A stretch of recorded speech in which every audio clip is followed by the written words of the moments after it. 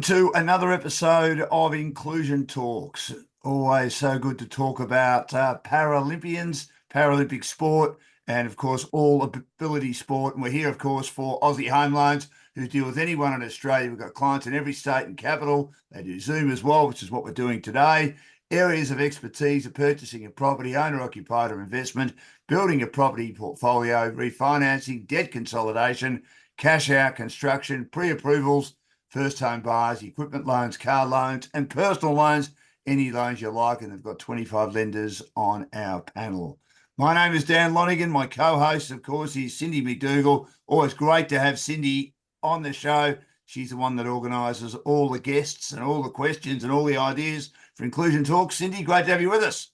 Great to be back, Dan. Been a little bit of a while, and I do apologise to our listeners that we missed a week last week, but sometimes, as our listeners would be aware, life gets in the way a little bit. Certainly does, but we've got some great guests, and we've got an absolute ripper today. Tell us all about it. Beautiful. So today on Inclusion Talks podcast, we welcome Courtney Lews. Courtney is an international blind cricket and blind tennis representative, a national level blind footballer, national athletics medalist, and previous multiple national and world record holder for her classification of vision impairment. Courts has tried her hand at para cycling and won a premiership in the blind AFL competition as well. She is the only woman on the Allies' successful AFL premiership team. Courtney is the epitome of an inclusive sport superstar. I've known Courtney for about 7 years, and her mum is one of my closest friends. So I've known her for a long time, and there is no doubt that the sky is the limit for what she can achieve. Welcome, Courtney. Hi, how you going? Yeah, it is so great to have you on. Oh, you really hyped me up there. I feel quite chuffed. You deserve every bit of it. Your talent is absolutely incredible. Thank you so much. Now, you were born with columba of the iris. This left you with less than 10% vision. Can you explain to our listeners exactly what the condition is and how it's affected your life? Yeah, so coloboma of the iris, it is a key-shaped hole basically in your eye, and it sits basically right on the sight part. So I can't see any further than, let's say, 10 meters with any. It is very blurry to me, and it's affected. It hasn't really affected my life massively because I grew up with my sight. It was genetic on my mum's side, but it's given me a massive need for independence because I've seen all my friends grow up doing things that I necessarily can't do because of my vision, and it has been quite scary. But I've grown up, and I've learned the little nicks and tricks to kind of do things the way they can. Considering you've had your disability your whole life and you began your sporting journey quite young, I believe it was at Little Athletics. Can you tell us what sport looked like for you and what it was like maybe even at school level? Yeah, well, in school it was everywhere. Everyone wanted to do, Little Athletics, and everyone wanted to do the cross country and the sports days and all that. But it brought out a competitive side of me that I hadn't really touched into yet. But school sport really made me it made me discover my love for sport, and that I could actually, hey, I'm pretty good at this. Maybe I should go into it a bit more. So it was great to feel included and encouraged. Yeah. You were a national level Little Athletics representative, I believe. Can you tell us about what Little Athletics looked like for you? Were you in a separate multi-class group for Littles, or did you compete with the able-bodied kids? Little Athletics, I mean, I went out every Friday night to Little Athletics, and I don't believe there was any separate, disability group. So I was competing with the able-bodied every weekend, and it was really great for my confidence because I was reaching levels that, the able-bodied was. So that even encouraged me more to keep going. How did you feel when you made the national championships, and where was it held? I believe the national championships was actually held here in Sydney. It was, I mean, previously I'd made other national championships, so it was still massive for me.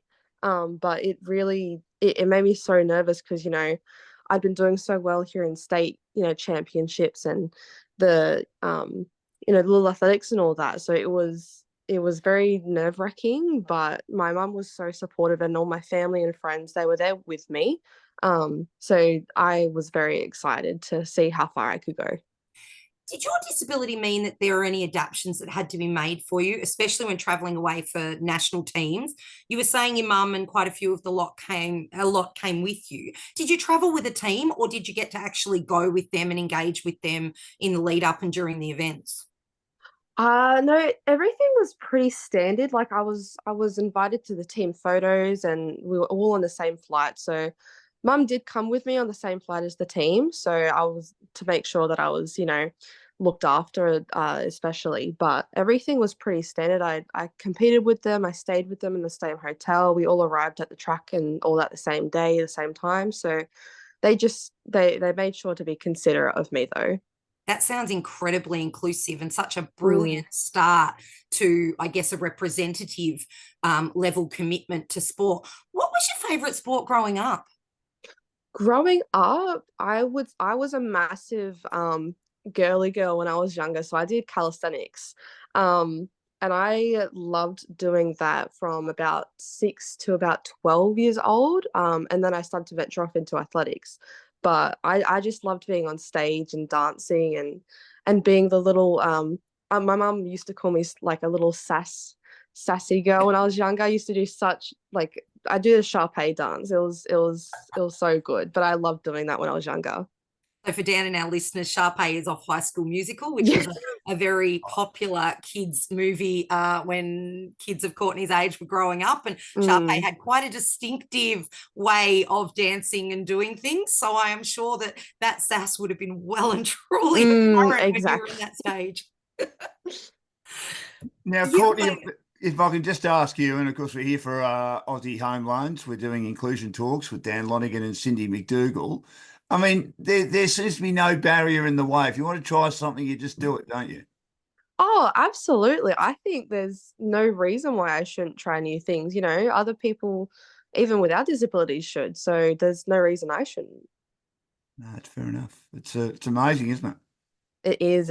I mean, I've got such a supportive network up here in Sydney and community that they encourage me to. So I go for it, and I know that I've got that protective barrier that I can fall back on if it doesn't work out for me. So. I think that's a huge part of not just inclusive sport, but also able-bodied sport. I think that your support Mm, network is such an important part of giving you confidence and letting you feel like you can actually achieve your dreams and achieve the things that you want to, not just in sport, but in life in general. exactly. Now, you mentioned you were quite involved in track and field, that you went from calisthenics into track and field. You were Hmm. really successful. You represented South Australia and you actually medalled at the Arafura Games, which supported Australia's incredible total of medals at that particular Games. You also medalled at national level in shot put. You were a multiple Australian record holder, and you still actually hold 3 junior records to this day Mm. in the F13 discus. What did it feel like at such a young age to hold Australian records? And did you feel like your success helped to build inclusion in your area or your state? I mean, at that age, I don't think I fully grasped the idea that I could uh, break Australian records and state records and national records. I don't think I actually understood what that meant, but it certainly brought out a lot of para athletes and more visually impaired athletes to come out and say, "Hey, you're doing it. Why can't I?" And I would always be like, "Yeah, come out, come try it." Like I just don't think I think a lot of the records were outdated, and the officials that were at the state meets and all that realized they could update them. And I just said, "Hey, come out, try it." And then eventually there were more people, more para athletes just breaking records within record time. So it was amazing.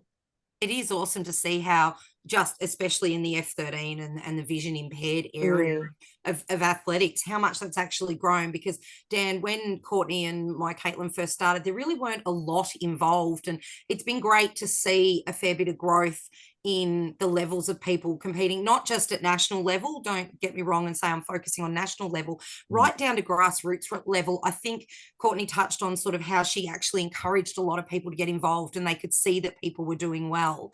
That's actually grown quite a lot in the last few years. And it was something that I think wasn't a tapped potential area. And I think that definitely Courtney and quite a few of the other visually impaired athletes have helped bring it to the fore and help build that coverage and that understanding.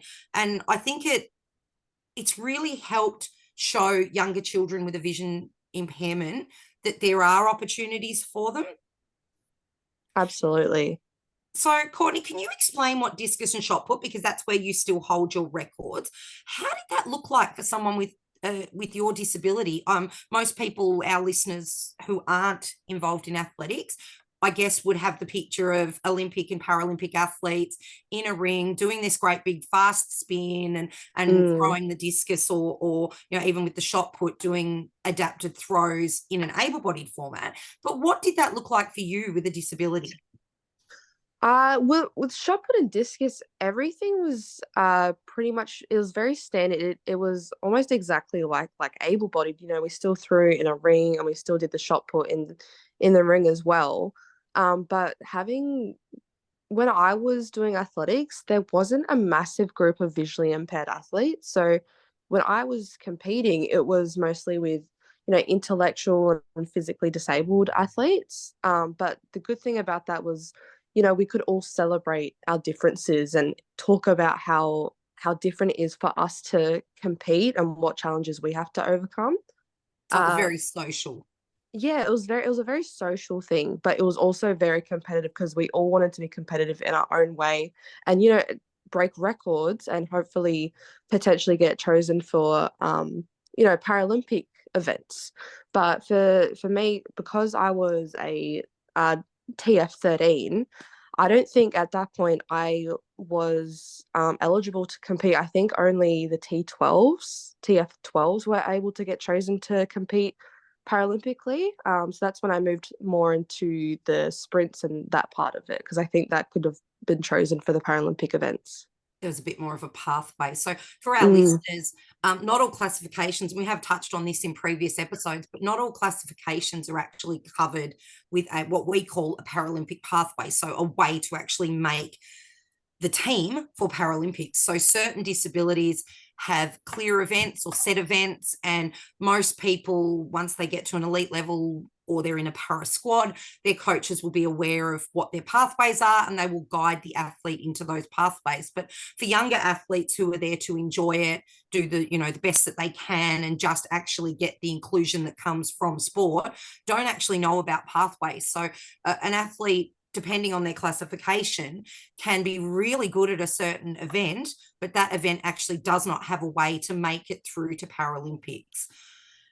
Did you train with an able-bodied squad, Courtney, for your training as well? Were there adaptions, or did you have other multi-class or other vision impaired people with you at your training?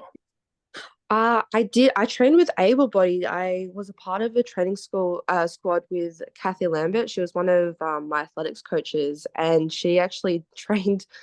Her training squad was about an hour and a half away from where I lived. So every Sunday I would travel up, kind of into the country where she was based.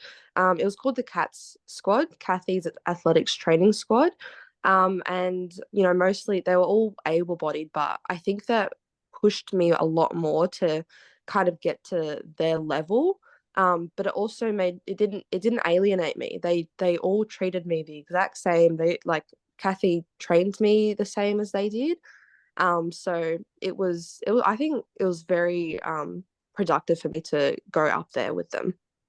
For our listeners, Kathy was actually quite a prominent sports person herself and was an absolutely brilliant contact at Paralympics Australia. So any information and questions that you needed answered or dealt with, Kathy was awesome like that. And I had a fair bit to do with Kathy in the early years. And yeah, I think you were very blessed to have her as your initial coach. Absolutely. Her understanding of para was quite huge. So, but I think you touched on the fact that the able-bodied sport has helped push you further as well. So having able-bodied in your training squad and doing some able-bodied work in events definitely helped you become better.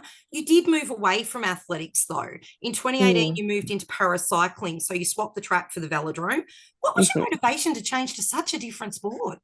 Oh, it was such a funny thing. I was very happy with athletics. But Mum and I, we were walking around the city one day, and we actually came across a come and try tent for cycling, and there was this bike set up, and it was kind of just like a, how fast can you go within 30 to 60 seconds? And I'm like, why not give it a go? Why not? So I jumped on, and apparently my results came back pretty good, and they said you should come out to the velodrome one day and give it a real shot, see if you like it. And I said, you know what? Why not? So I went out, and I ended up loving it. What was your favorite part about the paracycling? What instilled that love? You were so passionate about athletics, and then you moved into cycling. What was it that created that buzz for you? You know, uh, exercise and just sport in general gives me a massive high. And growing up, I loved riding around on my bike, so cycling wasn't much different apart from the tandem aspect of it. But I being on a velodrome is something else. When you're running around and you're going up to the very top of the velodrome, you're going all the way down, it just, the wind in your face, it gives you a certain feeling that is very addictive. Explain to our readers, you said you have a tandem person on the bike. Mm. What does that involve, and what's the reasoning behind that?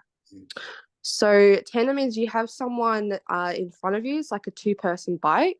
The main reason for this is because it's for visually impaired cyclists. So it can be very hard to navigate yourself around the velodrome and on the roads and all that. So you have that person basically as your eyes, so you can see. So my part of it was just to basically cycle as hard as I could for as long as I could, and I didn't have to worry about trying to see if there were like little edges on the track, or if there was an indent or something like that. I had someone being my eyes for me. That would have been quite scary to put your so much faith in somebody to basically, as you said, be your eyes around the track. Was that something you had to adapt to? Oh, it was certainly surprisingly, it wasn't actually as daunting as I thought. I only met my partner on the day, so I gave it a shot, but we built a very strong bond off the bat. Um and eventually, growing up, I've had to give my faith into others for being my eyes, so it wasn't too different. But at a national level, actually, me and my partner, we fell down the velodrome because it was dirty, and we got a lot of burns on our hands, but I still managed to get up and go and do the competition. So I guess I'm too determined to keep going, I guess. Courtney Lewis is our guest, vision impaired superstar athlete, Paralympian. She's represented Australia in a number of different sports with myself, Dan Lonigan, and Cindy McDougall. Of course, we're here for our Inclusion Talks podcast, and our major sponsor is Aussie Home Loans. They've got over 25 lenders on their panel, and they deal with anyone in Australia. They've got clients in every state and capital city. So there obviously was a trust that needed to be built, Courtney, straight away. I mean, as you say, you met this person on the day. Normally it takes time when you are with someone in a sporting arrangement, whether it be in a sport like rowing, pairs, or the fours or an eights, but you gelled straight away. That's incredible, isn't it? It is. I mean, I didn't really have much of a choice either, though. They just said, this is a professional cyclist. You have no reason to worry. So I said, okay, I'll put my trust in you. And it ended up working great. Excellent. So you moved away from paracycling. I'm not really sure what the reasoning behind that was, and hopefully you'll be able to give us a bit of background into that. But your next move was para tennis. Can you tell us a bit about that? Yeah, I mean, with the cycling, it just became way too physically demanding for me. I was going through puberty at the time, and I was getting up at 5 a.m. for gym workouts, and the training was 3 to 4 hours on the velodrome, just doing 10 times 200-meter sprints. It was just a lot on the body, and I decided to give it up for that reason. But I still loved it. So I decided to move to tennis after I decided to finish athletics for a similar reason. Um, tennis, I went to a come and try day over in Melbourne just to see what else was out there again. And, when I first did it, I couldn't hit a ball over the net. But by the end of the little camp that was held, I was in um, the courts where nationals is currently held, and I was able to hold a little rally with one of my friends. So again, I was like, why not see where this goes? You really quickly moved up the ranks in tennis and you represented Australia at the World Blind Tennis International event in Birmingham. What was it like, one, to move up the ranks so quickly? Like, you obviously, from that very daunting start, you found your feet really quickly and you just flew. What was it like to represent Australia overseas, and how did you prepare for that event? I mean, at that time, I was one of the very few females in my category to be competing in state and national competitions. So I didn't really have much competition, but almost a year or two after I had started, a lot more girls had joined, and I had actually had like a base that I could, go off of and I could compete regularly with. But getting chosen for the Australian squad to compete overseas was absolutely, it was massive for me. Like I had been currently chosen to go to Italy in 2020, but COVID had just struck and it got cancelled. So I was devastated because I was in my last year of school and I thought this is gonna be my breakout. But I kept training through COVID, and when they eventually told me you're going overseas for real this time, I don't think I fully comprehended it until I put the green and gold on over there. At the same time, you also represented Australia in blind tennis, literally at the same time. Mm. Sorry, in blind cricket. And so you had tennis and cricket at the same event overseas. Cricket is now your passion. But how did you manage the stress and the expectation of competing in two really different sports at the same time in another country? There were a lot of aspects to it. Thankfully, cricket and tennis were being held at different times. So cricket was the majority at the start of the games. So and tennis was held almost directly after cricket. So I didn't actually have to worry about competing at the exact same time. I could manage it. And both my cricket and tennis families, they were very understanding, and they really wanted to work together to make sure that I had enough recovery time and I didn't have any stress on my hands. They just said, look, you have to be here at this time and here at this time. But the only real struggle that I had was before I went overseas, I hurt my feet pretty badly at the tennis nationals. I got something similar to plantar fasciitis in both feet. And that really came out strongly overseas, which had put me out almost basically after the tennis as soon as I got back. So it was just managing the pain, managing. I also got sick over there. I got gastro straight off the bat, off the plane. Wow. So I was playing sick on my first game of cricket, but funnily enough, that was one of my best games that I played. Almost got 50 runs. I got the first wicket, got the first boundary. So I guess the adrenaline really helps you. That Can is I just can I just ask you about the cricket, because I've commentated a bit of blind cricket. It's a fascinating game, isn't it? Because it depends on your vision impairment as to what your role is. If because they do place you in various different categories, don't they, Courtney? In regard to the vision impaired cricket. Absolutely. You've got three categories. B1s is basically no sight or just light perception, where you have to wear blindfolds when you're batting, and you have to wear helmets just for the extra protection. And then Yes. you've got B2s where you've got a little bit more vision, but it's still very limited. And then B3s is what I am, is the most sight you could possibly have to be involved in visually impaired cricket. And the ball's got a rattle in it, hasn't it?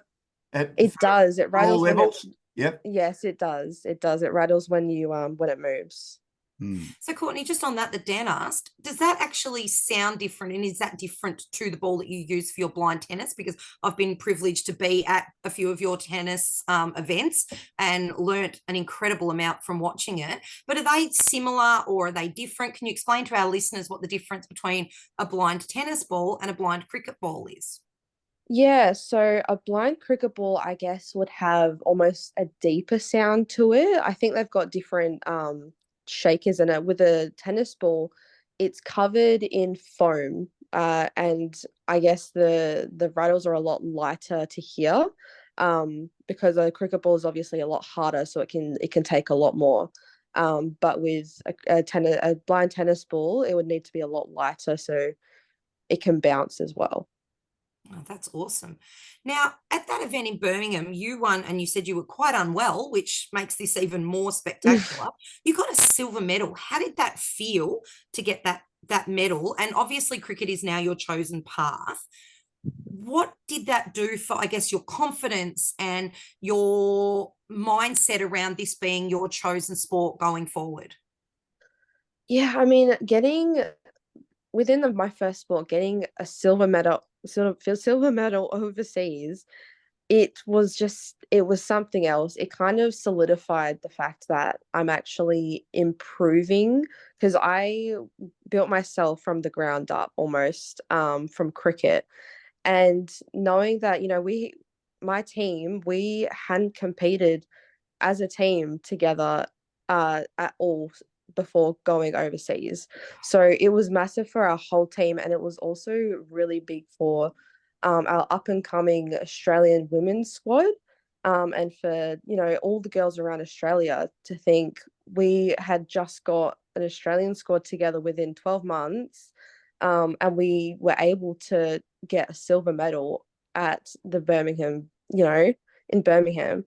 So I think it was just a very good sign that we can actually make a foundation for ourselves and keep going further with this, just like the boys did. So you touched on that. Was Birmingham a mixed team or was it a women's only team? No, this was our very first inaugural Australian women's team that we took over. So it was making history. That is so awesome. So It how is. many of you had played cricket, Courtney, on a regular basis when you joined together? Or was it something new for you all? Most of us we had played. Some of us we had played in our state teams, which is mix. Yes. But some of us we were very new into the sport. Um, but it didn't take us very long to get a rhythm and build relationships with each other to push ourselves like that. I think it's incredible that you could achieve so much so quickly. And as you said, be those pioneers for those that are coming up, from grassroots and I guess show what is actually possible and what can be achieved. I'm astounded that, the group really didn't know each other very well. And you managed to just have that connection that came forward and got you a silver medal. You also do football. So you, as I said at the start, you're multi-talented. In 2022, you were part of the Western Bulldogs winning premiership in the blind AFL competition. You're also a bit of a pioneer in this as well because you took out the competition for the Allies side and you were the only woman in that side. How did that feel to be the only woman in the blind AFL side? Oh, I felt like I was among the top dogs. I won't lie. I had so many with blind sports, it's almost everyone does everything together. So I knew a lot of the boys that I was playing with and they were so supportive. Like I told them, I said, guys, this is my first year playing. I still have no idea what I'm doing. I just need you guys to get around me and just help out. And they said, absolutely, we'll get you the ball. We'll help you out. Don't stress. We all had a common goal and to have fun and enjoy it. So it wasn't really much different, but there were girls on the Victorian team. I think there were two or three girls on that side, but being the only girl in the Allies side was something pretty special. With football, you said how cricket and tennis have got the sound in the ball. Is Yes. there a sound in the football as well? There is an ongoing buzzer that doesn't stop. So it's a continuous sound that goes off while we're playing. So how The whole do you do that with time. The whole Yeah, time. the whole time. So it doesn't ever stop, even if it's on the ground. does it change sound when you pick it up? I'm totally new to this, so I'm really interested. And Yeah. how does it go when people are making noise and calling out names or calling things out? How does that work? It stays the same sound, but it definitely sometimes you forget that it's making a sound, and sometimes you don't hear it at all when people are yelling out your name and yelling out other teams. But it's definitely something you get used to as you play. So it becomes more instinctive. Yeah, pretty much. So if the ball's coming in your direction, Courtney, and Courtney Lewis is our guest, she's tried every single sport, and every single sport she's tried, it's turned to gold for Inclusion Talks for our podcast today with Cindy McDougall and Dan Lonigan, thanks to Aussie Home Loans, who deal with anyone in Australia. They've got clients in every state and capital city. So does someone say to you, Courtney, the ball's coming to you, even though the buzzer's there as well? I mean, are you close by, or if someone's kicking it in your direction, it might be a 20, 25 metre kick, do they say, Courtney, it's yours, you're on your own, or someone from the sideline who may have full vision or more vision than the players? Because I presume if you're out there on the ground, all your vision would be similar, would it not? Yeah, I mean, we have a smaller ground than a typical AFL footy ground. It's a lot smaller. But there are definitely the people on the sidelines, they can call out saying it's coming towards me. But there's only five or six people on the ground at one time for one team. Okay. So I've got one other person with me. I'm a defense player. Yep. So if it's coming my way, my main goal is just to block the other person or try to get it myself and then get it back up in attack. But yeah, there's definitely you can call it from the sideline saying it's coming your way. And I've got, my teammates who can also see a lot better, can call out for me as well. You're about to play in this week's finals for your new team in the VFL Port Melbourne. Being based in Sydney, how do you maintain your training, and how would you like to see the sport grow to become more national? Being based in Sydney, to be honest, I actually don't do any skills-based training here in Sydney, but because I train so regularly for cricket, and I do a lot of fitness training, that's really helped my endurance in game scenarios for footy. But growing nationally, I think it's still a very relatively new sport, and because it's based in Victoria, they're still trying to promote it to interstaters.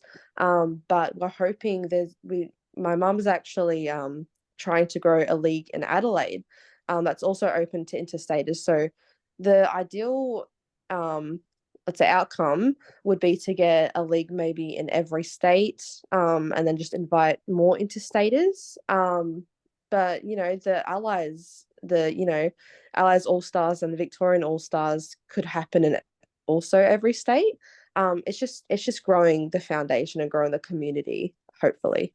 And I think that's something, Dan, that is awesome. As I mentioned at the start of the podcast, Courtney's mum, Cole, is one of my best friends, but she is so incredibly proactive when it comes to promoting inclusion. And I'm hoping in a later episode, we'll actually be able to have her on, because her passion for inclusive sport, like myself, has come about because we've watched our children grow and experience sport from a different perspective, I guess. And it's made us want to make that better. I have no doubt that with Cole on board, that Adelaide will have a team up and running. And I think it would be really great to see it grow nationally, because I think and that's what our podcast is all about, is trying to build inclusion opportunities for people with disabilities. And I think that it's got a really great base work and framework happening, and we can see that by the amount of people that are on the uptake now, and Courtney's got a great great team and a great side. So I think we've got it's a really great platform, and I can see it growing hopefully exponentially in the coming years. You mentioned about your cricket. Do you have a coach in Sydney that you work with, and you said that that's your main training? What does your training look like for that? Yeah, so I have one main coach, and he does almost everything. He also works for Blind Sports New South Wales. He is your go-to man for he's your handyman for everything in blind sports up here. His name's Jason Stubbs, and we train, 3, 4, 5, 6 times a week between, fitness training, weights training, cricket training, recovery. There's all sorts of stuff we do, and he's a very hands-on man. He will really you know bond with you and see what your strengths are and how you can improve. Like it's not a general thing for him. So it's quite holistic as well. Mm. Is there any sport, Courtney, you haven't done yet that you'd like to have a go at? I'm sure that if you had a go at it, you'd be quite successful considering what you've achieved so far and all the other sports you've been able to play. Yeah, look, I think I've almost tackled all of them, but I haven't tried blind soccer yet, and I don't think at the moment I will. I'm not very good with hand-eye coordination at my feet, so I think I'll leave that one for a little bit, but who knows? Maybe in the future I'll decide to give it a shot. But yeah, for now I'm pretty hell bent on my cricket. See how far I can go with that.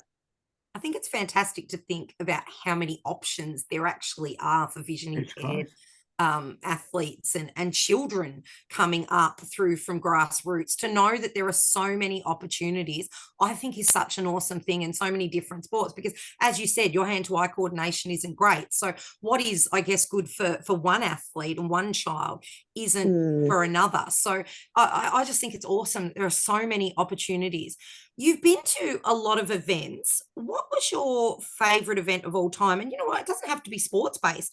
It could be outside of sport and just something that fills your heart. If there was one thing that you truly loved, one event that you truly love, could you tell our listeners what it is? Oh, I really can't top going overseas last year. And I really also can't top the finals for cricket, because we played at Edgbaston Stadium, where a lot of massive games were held. We played against India, and although it didn't go quite the way we wanted to, it rained halfway through. They caught up to our score pretty quickly. I still can't get over how, walking up to the striker's end with having all, the Australian squad cheering us on, that was just a picture perfect moment for me. I can't top that. The feeling of the history must have been incredibly overwhelming, knowing that you Oh, were on that pitch that had been so famous and had so many incredible cricketers on it prior. absolutely. It was such an incredible moment. I thought, I don't care how I do, I'm on such an incredible pitch and such an incredible ground that it it doesn't top anything. It truly makes me speechless when I think back to it. What's your favorite part of being a para athlete?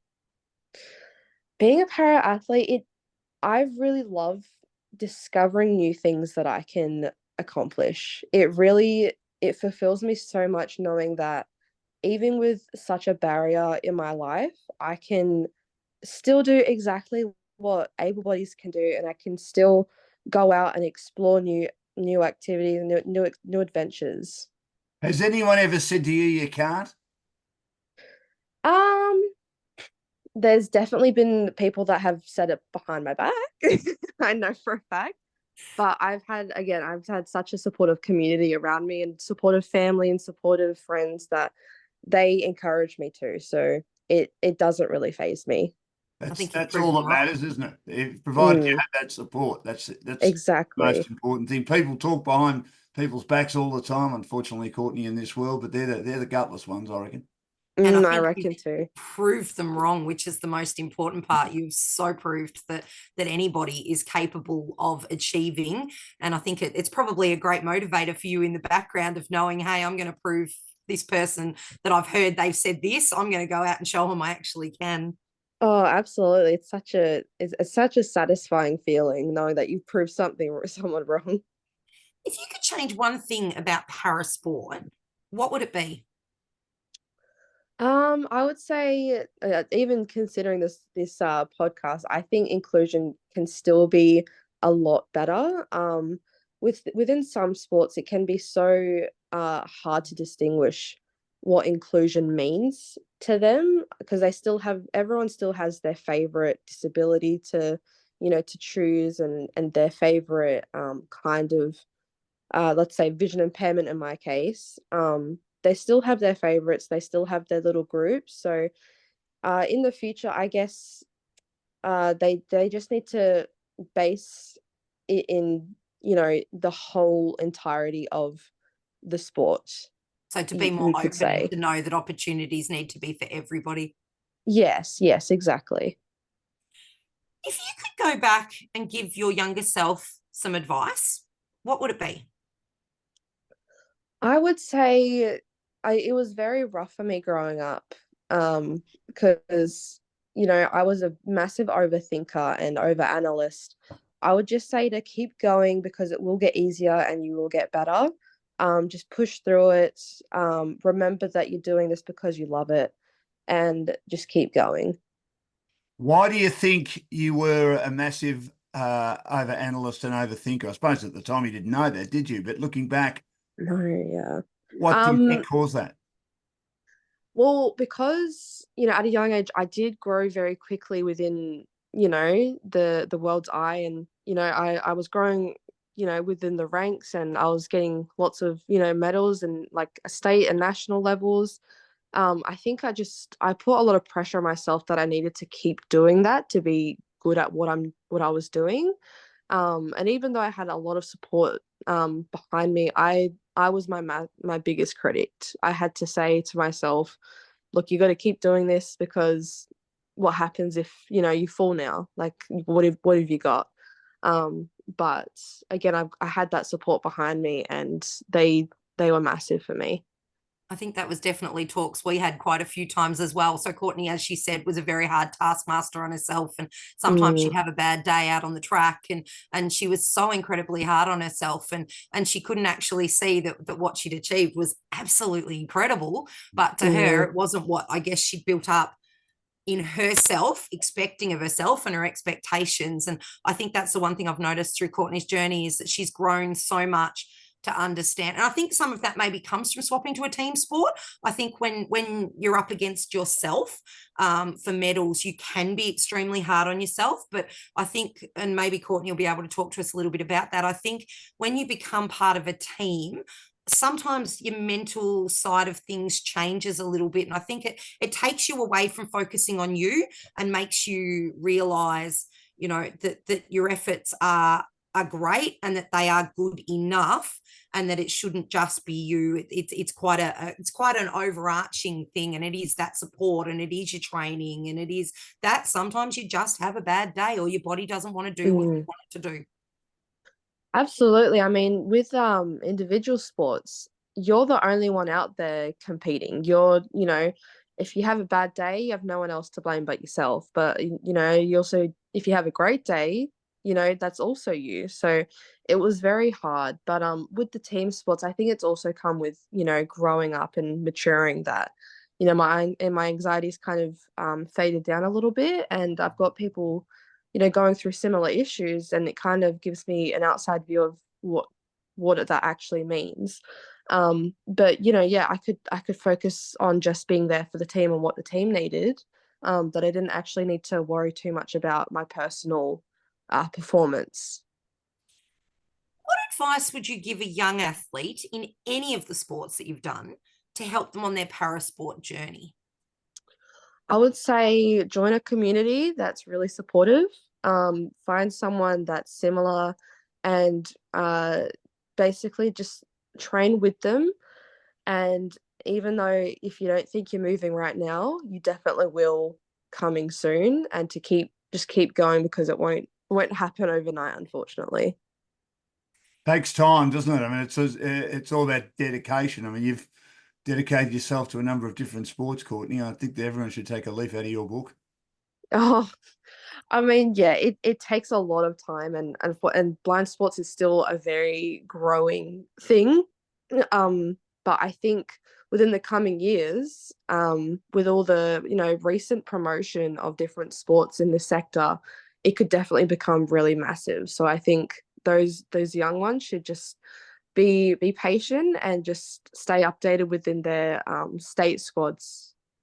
I think there's a really important message in what Courtney said as well, and that's for the parents. And I was guilty of it myself, in that you can become quite pigeonholed in thinking that your child should do one sport and that this is the only thing they're going to have an opportunity to do. And I think sometimes as a parent, you don't look outside that square. And I think Courtney is a great example of when you actually try different sports, you gain confidence and you gain ability and you gain understanding from a lot of different areas, instead of it just becoming, I guess, inherently normal because it's the sport that you're doing. So I think, on that front, Courtney gave me a great thought as a parent, that I would give a message to parents to keep your mind open to what your child is able to do. And sometimes they may not be as competent as you want them to be at a certain sport, but there are other things out there, and that there are options and there is growth. And, we talk about inclusion at centres and what have you, but I think it's something that comes right the way down, even to the child, that being inclusive and trying all different things helps all of your abilities. Now, enough of sport. You're a volunteer. You act as an official at events. You're a mentor at your previous school in South Australia where you grew up. You've helped to run events to promote women's participation in sport. What's your favourite part of volunteering? My favorite part is basically everything that you just said. Getting, growing the community and getting more people involved, and especially I'm very passionate about children and young people. I really love getting them involved and giving them hope that there definitely are options out there for them, because I think a lot of people hold back because they don't know about the opportunities that are held for them. So my job and my passion is really, exploiting that opportunity for them and getting them involved. What did your role involve as a mentor? You went back to your previous school. What did that involve, and what message? I'm assuming it would be similar to what you just said. What message did you want to pass through to those kids that are in the environment that you were in, 5-10 years ago? What did that involve for you? Yeah, I mean, back at my old primary school, I was just like them, and it was great watching how much the school had evolved just with the inclusion and the opportunities that were given to them.